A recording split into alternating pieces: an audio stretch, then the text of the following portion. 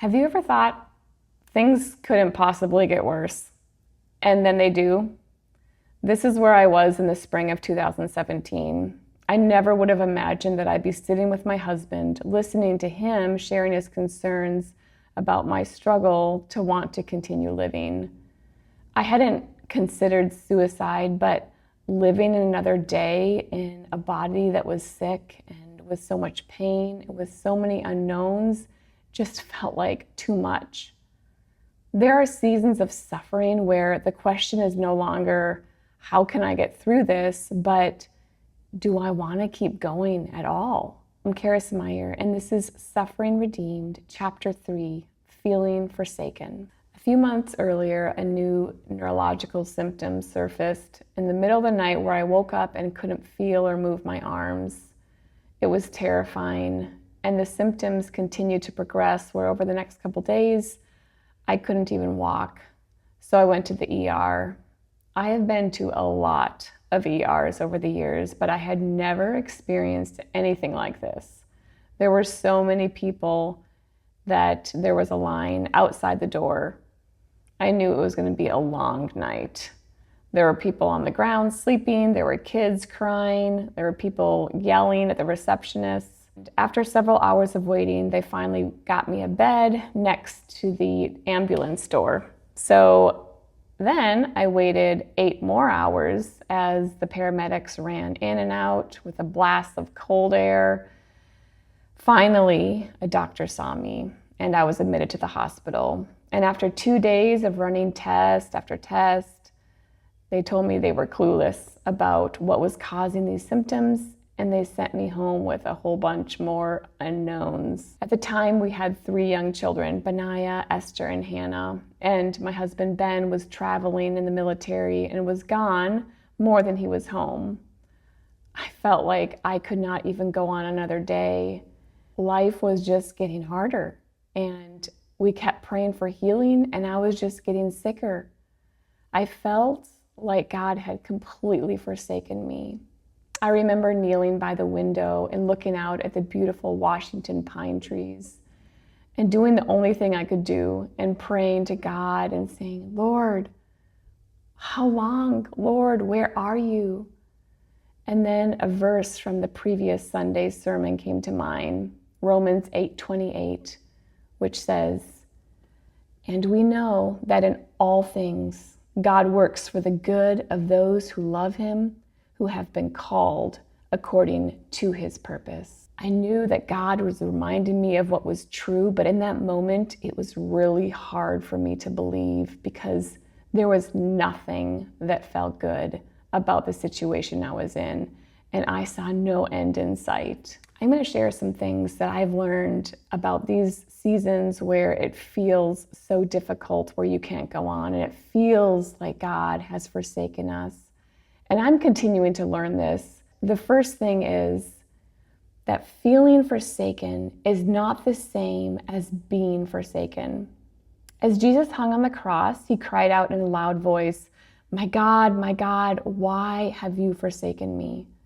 Jesus knew the purpose of coming to earth was to die for the sins of the world, but being fully human, he also experienced the full extent of emotions and pain that come with that. He was quoting Psalm 22, which expresses some very raw emotion, but then ends with trust and praise. In Psalm 13, David asked, "How long, O Lord, will you forget me forever? How long will you hide your face from me?" To feel forsaken by God is not a new experience, and it doesn't mean our faith is failing. It doesn't mean that God has left us. It means we are human. We're in pain, and we're reaching for the very language that Scripture itself hands us. The feeling is real, but it's not reality. We have to let God speak the truth, not the pain. Which brings us to the next point. When our feelings disagree with truth, the truth always wins. So back to the window in Washington, when Romans 8:28 came to mind, I had a really hard time believing it because It was so hard in the midst of my circumstances. My body was failing. My husband was traveling. My kids were suffering because of my condition. And there were no answers and no end in sight.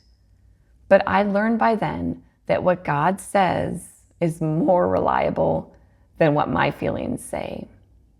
So this isn't denial. This isn't pretending everything is okay. It's a choice to stand on a foundation that doesn't move when our circumstances are falling apart. And the third thing is, when we feel we can't go on, surrender looks like choosing to live for Jesus. Paul wrote it plainly in Philippians 1:21. He said, "For me to live is Christ, and to die is gain." I could fully relate to the to die is gain part. But to live as Christ part was the harder surrender. What pressed me into that surrender was reading on into verses 23 and 24, where Paul keeps going and says, "I am hard pressed between the two. My desire is to depart and be with Christ, for that is far better. But to remain in the flesh is more necessary on your account." Paul wasn't watering down his struggle. He didn't argue himself out of his weariness.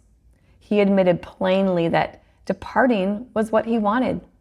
Being with Christ would be the deepest joy he could imagine. But staying was more necessary for the church and to accomplish God's plan for his life. In our deepest struggles and suffering, choosing to live our lives for Christ is what surrender looks like. It's not always agreeing with and being happy with God's plan or will for our lives, but it's surrendering to his will and choosing to say, "Okay, God, I am going to keep going because you have given me this life and it is not my own, it is yours."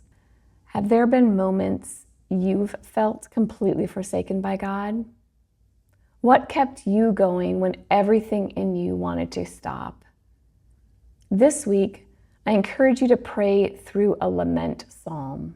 13 or 42 are really good ones, but there are plenty others.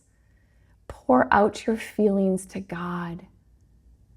Then choose to keep standing on the truth no matter what you feel. And don't miss next week, chapter 4, Intimacy with God, where we will explore how affliction can actually become an invitation to know God more deeply than we ever have. Subscribe so you don't miss it.